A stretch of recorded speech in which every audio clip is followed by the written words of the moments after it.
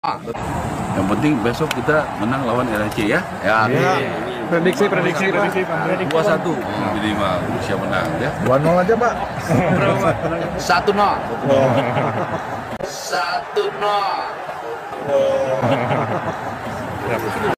Apa yang dilakukan Deddy Mulyadi itu bukan tebak-tebakan ataupun hanya sekedar firasat, tapi itu ada penjelasan ilmiahnya. Saya aja ketika sebelum pertandingan antara Cina dan Indonesia itu, saya itu tebak-tebakannya yang nggak sedikit 1-0. Di kepala saya itu antara 2 atau 3-0 ataupun 3-2. Yang penting kita tuh banyak melumbungkan gol ke gawangnya Cina gitu loh.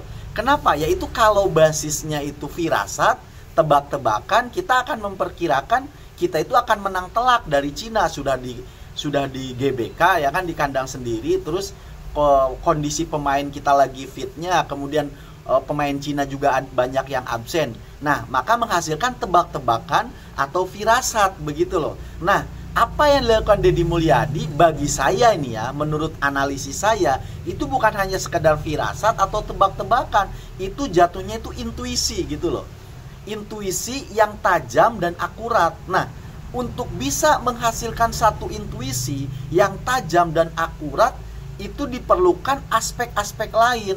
Maka yang diperlukan adalah 2 aspek. Yang pertama adalah ilmu pengetahuan, kemudian yang terakumulasi di otak, dan yang kedua adalah pengalaman yang juga terakumulasi, tersimpan dalam memori otak. Nah, dari ilmu pengetahuan dan dari pengalaman ini itu menghasilkan satu intuisi yang tajam begitu loh. Makanya ketika dia ngomong, mungkin menurut kita asal-asalan aja Deddy Mulyadi bilang 1-0 ya kan begitu.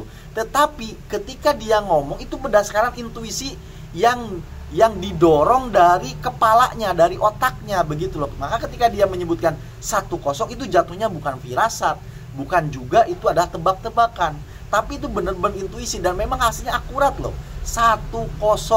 Itu banyak para pengamat sepak bola yang memang sehari-harinya mengomentari sepak bola, rata-rata itu gol yang difirasatkan oleh para pengamat bola itu 2-0, 2-1, 3-1 atau 3-2. Yang penting banyak gol masuk gitu loh ke gawang Cina. Tapi Deddy Mulyadi itu hanya bilang 1-0 gitu loh. Maka ini saya bilang adalah intuisi. Nah, sekarang kita coba berbicara tentang intuisi ini dari berbagai macam jurnal penelitian beberapa tokoh berikut ini ya.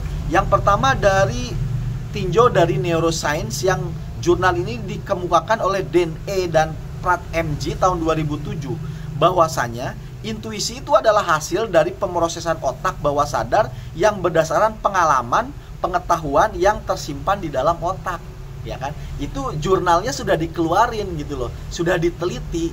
Jadi intuisi itu nggak bisa sembarangan begitu loh. Orang harus benar-benar punya pengalaman, punya ilmu pengetahuan begitu loh ya. Nah, ini terakumulasi gitu loh, menghasilkan satu intuisi.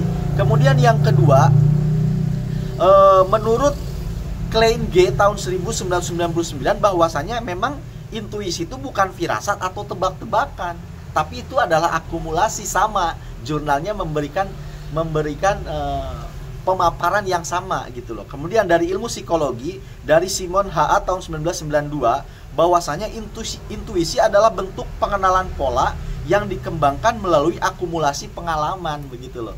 Nah, maka dari sini sebenarnya kalau Anda mau punya intuisi setajam Deddy Mulyadi, ya banyak baca, banyak mendengar, yang berbasisnya itu ilmu pengetahuan, perbanyak literasi, kemudian akumulasikan dengan pengalaman hidup Anda.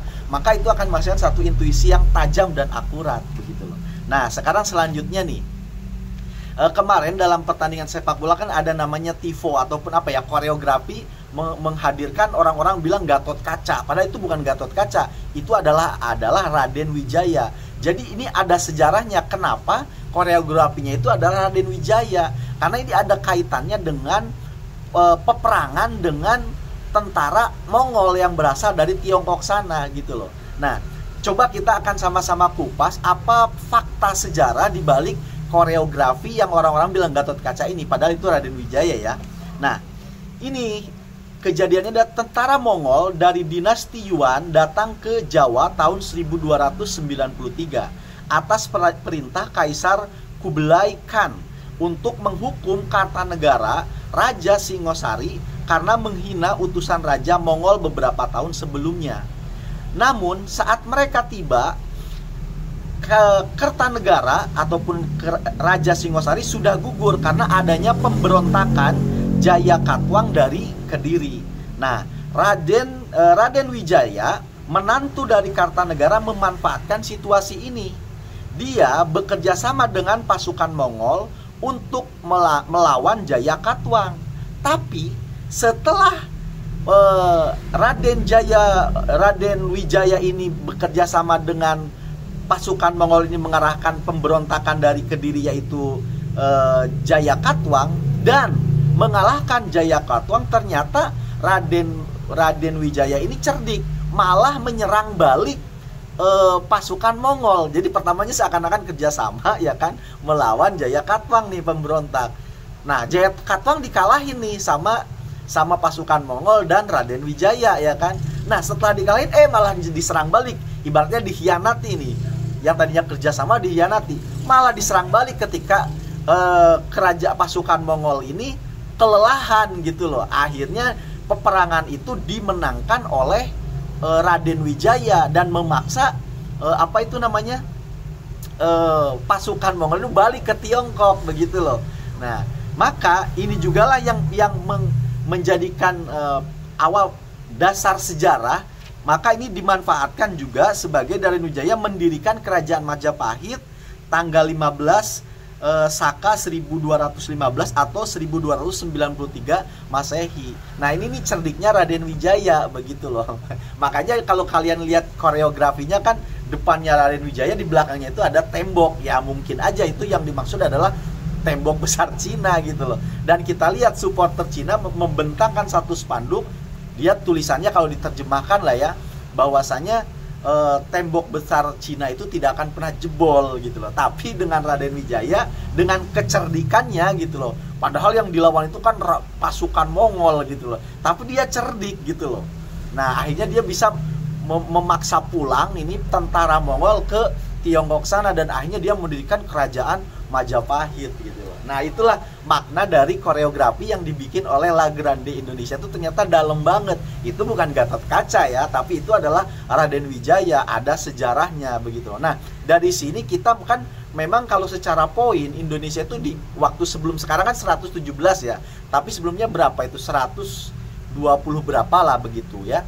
Nah, sedangkan Cina itu kan masuk di 50 besar kalau nggak salah. Ini kan seakan-akan kita melawan tembok besar Cina gitu loh. Tapi kita nggak maksudnya itu tidak melempem duluan, nggak ngedon duluan sebelum berperang gitu loh. Karena kita memang lemah, tim lemah, tapi kita punya kecerdikan gitu loh, punya semangat juang yang tinggi. Nah, itulah makna dari koreografi yang dibentangkan oleh La Grande Indonesia. Makanya menghasilkan satu hal yang positif, kita dapat 3 poin ya, meskipun kita agak sedikit kecewa karena Australia berhasil menumbangkan Jepang, karena memang Jepang ini menggunakan lapis kedua.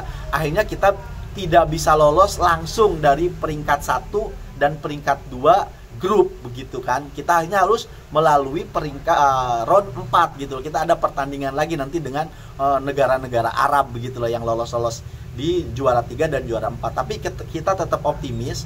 Meskipun kita dianggap lemah, tapi kita punya kecerdikan. Leluhur kita nih, kakek nenek moyang kita, orang-orang Nusantara itu orang-orang cerdas gitu loh. Makanya kita harus tetap bangga nih di sini nih.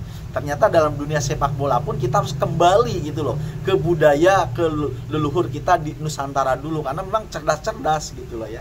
Ya, kita sama-sama doa mudah-mudahan timnas Indonesia bisa lolos masuk ke Piala Dunia. Terima kasih karena sudah menyimak, semoga bermanfaat.